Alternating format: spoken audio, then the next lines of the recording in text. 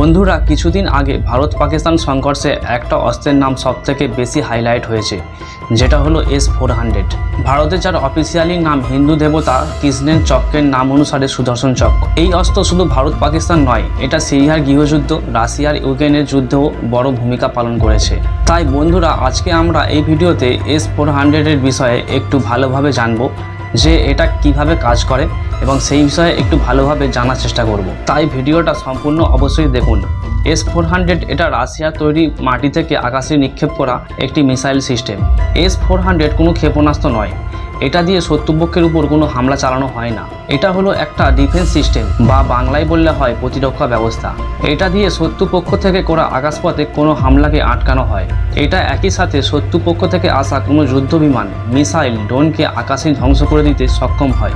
রাশিয়াতে এর সম্পূর্ণ নাম S-400 ট্রাম্প। এখানে ট্রাম্প হলো একটা রাশিয়ান শব্দ, যার অর্থ হলো জয়।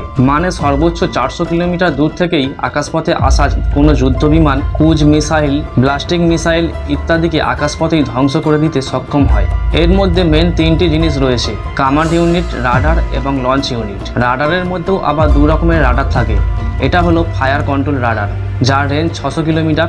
মানে এই রাডার শত্রুপক্ষ থেকে আসা কোনো মিসাইল, ড্রোন বা ফাইটার জেটকে 600 কিলোমিটার দূর থেকেই দেখে ফেলতে পারে। কিন্তু আবার এই রাডার অল্প হাইট দিয়ে আসা কোনো মিসাইল বা ড্রোনকে ভালোভাবে ডিটেক্ট করতে পারে না। তার জন্য এর সাথে আরও একটা এক্সুয়েশন রাডার লাগানো থাকে। এই রাডারটা অল্প হাইট দিয়ে কাছাকাছি থেকে আসা কোনো মিসাইল, ড্রোনকে ভালোভাবে ডিটেক্ট করে। ওই জন্য এটাকে মাল্টিলেয়ার ডিফেন্স সিস্টেম বলা হয়। মানে এটা সব দূরত্ব এবং সব উচ্চতায় কাজ করতে পারে।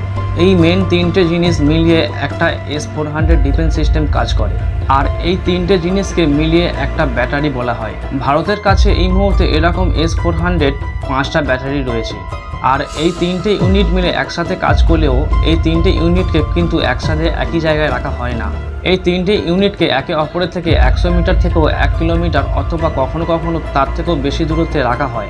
এতটা দূরত্বে থাকলেও তারা লেজার, স্যাটেলাইট লিঙ্ক বা সিকিউরিটি রেডিও ব্যবহার করে একসাথে মিলেমিশে কাজ করে। আবার কখনো কখনো নিরাপত্তার জন্য রেডিও জ্যামিং এর ঝুঁকি থাকলেও বা কেবিল ধারা তিনটেকেই সংযুক্ত করা হয়।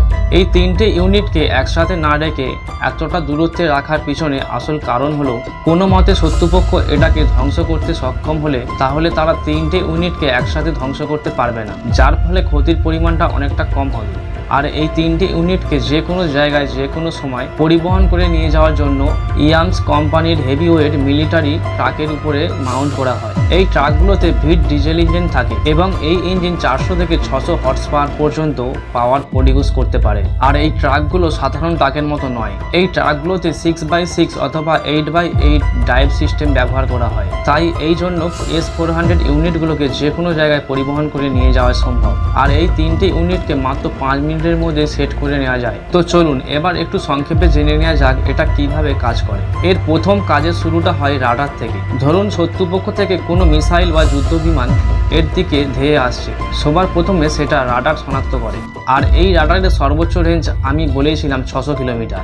মানে যেখানে রাডারটা বসানো থাকবে সেখান থেকে তার চারিদিকে 600 কিলোমিটার পর্যন্ত প্রায় 11,30,000 বর্গ কিলোমিটার এলাকা জুড়ে এই রাডার নজরদারি চালাতে পারে। মানে এই এলাকার মধ্যে কোনো যুদ্ধ বিমান বা কোনো মিসাইল আসলেই এই রাডার সঙ্গে সঙ্গে শনাক্ত করে ফেলবে। এই রাডার কিভাবে কাজ করে যদি একটু সংক্ষেপে বলি, এই রাডার আসলে আমাদের চোখের মতো কাজ করে। আমরা চোখে কোনো বস্তু কখন দেখতে পাই? যখন আলো এসে কোনো বস্তুর উপর রিফ্লেক্ট করে, সেই আলো আমাদের চোখে এসে পড়ে, তখনই আমরা সেই বস্তুটাকে দেখতে পাই। যদি আলো নিভিয়ে দিই তাহলে আমাদের চোখের সামনে কিছু আসলেও আমরা দেখতে পাবো না। আমরা আলোর রিফ্লেক্টটাই দেখি। রাডারও ঠিক সেই রকম। রাডার প্রতি মুহূর্তে চারিদিকে ঘুরে ঘুরে রেডিও ওয়েভ, মাইক্রোওয়েভ ছাড়তে থাকে। এগুলোই আলোর এক অংশ, কিন্তু এইগুলো ভিজিবল লাইট নয়। মানে এই আলো আমাদের চোখে দেখার ক্ষমতা নেই, কারণ এই আলোর তরঙ্গ দৈর্ঘ্য অনেক বড় হয়। চোখে দেখতে পাওয়া আলোর তরঙ্গ দৈর্ঘ্য হয় 400 ন্যানোমিটার। এখানে মিলিমিটার নয়, কিন্তু ন্যানোমিটার মানে অনেক ছোট থেকে 700 ন্যানোমিটার পর্যন্ত। আর মাইক্রোওয়েভের তরঙ্গ দৈর্ঘ্য হয় 1 মিলিমিটার থেকে 1 মিটার পর্যন্ত। আর রেডিও ওয়েভের তরঙ্গ দৈর্ঘ্য হয় 1 মিটার থেকে 1000 মিটার পর্যন্ত। মানে কোটি কোটি গুণ বড় আমাদের দেখতে পাওয়া আলোর তরঙ্গ দৈর্ঘ্য থেকে।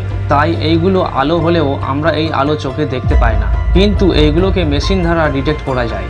তো যাই হোক, এই রাডার আকাশের দিকে ঘুরে ঘুরে মাইক্রোওয়েভ রেডিও ওয়েভ ছাড়তে থাকে। এরপর এই এরিয়ার মধ্যে কোনো মিসাইল বা কোনো যুদ্ধ বিমান যদি চলে আসে, তাহলে যেমন আমাদের চোখ কাজ করে তেমনি ভাবে এই রাডার কাজ করে। যেমন কোনো বস্তুর উপরে আলো পড়ে, সেই আলো আমাদের চোখে ফিরে আসলে আমরা সেই বস্তুটাকে যেমন দেখতে পাই, তেমনি কোনো রেডিও ওয়েভ বা মাইক্রোওয়েভ বা কোনো মিসাইল এই রাডারের সামনে এগিয়ে আসলে রাডার সেটাকে শনাক্ত করতে পারে।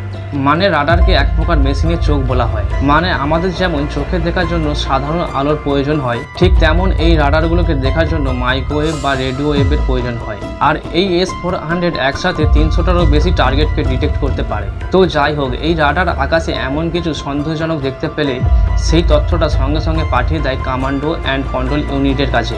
আর এই কমান্ডো অ্যান্ড কন্ট্রোল ইউনিটটা অটোমেটিক কাজ করতে পারে, আবার কোনো মানুষ বসেও এটাকে ম্যানুয়ালি অপারেট করতে পারে। এরপর রাডারের ওই তথ্যটা নিয়ে কন্ট্রোল ইউনিট ম্যানুয়ালি হোক অথবা অটোমেটিক্যালি হোক, যেটা আসছে সেটা কোনো মিসাইল, নিজেদের বিমান বা শত্রুপক্ষের বিমান। যদি সেটা শত্রুপক্ষের কোনো মিসাইল হয়, তারপর সেটাকে ডিসাইড করে যে সেটা কোন টাইপের মিসাইল। যদি সেটা কোনো ছোটোখাটো মিসাইল হয় এবং সেটা এমন জায়গায় পড়তে চলেছে যেখানে কোনো মানুষের বসত নেই বা কোনো সম্পত্তির ক্ষয়ক্ষতি হবে না, তাহলেই তাকে ছেড়ে দেয়। কিন্তু যদি এই মিসাইলটা বড়সড় ওভারহেড বহন করা গাইডেড মিসাইল হয়, তাহলে সেই তথ্যটা কন্ট্রোল ইউনিট থেকে ফায়ার ইউনিটে পাঠিয়ে দেওয়া হয়।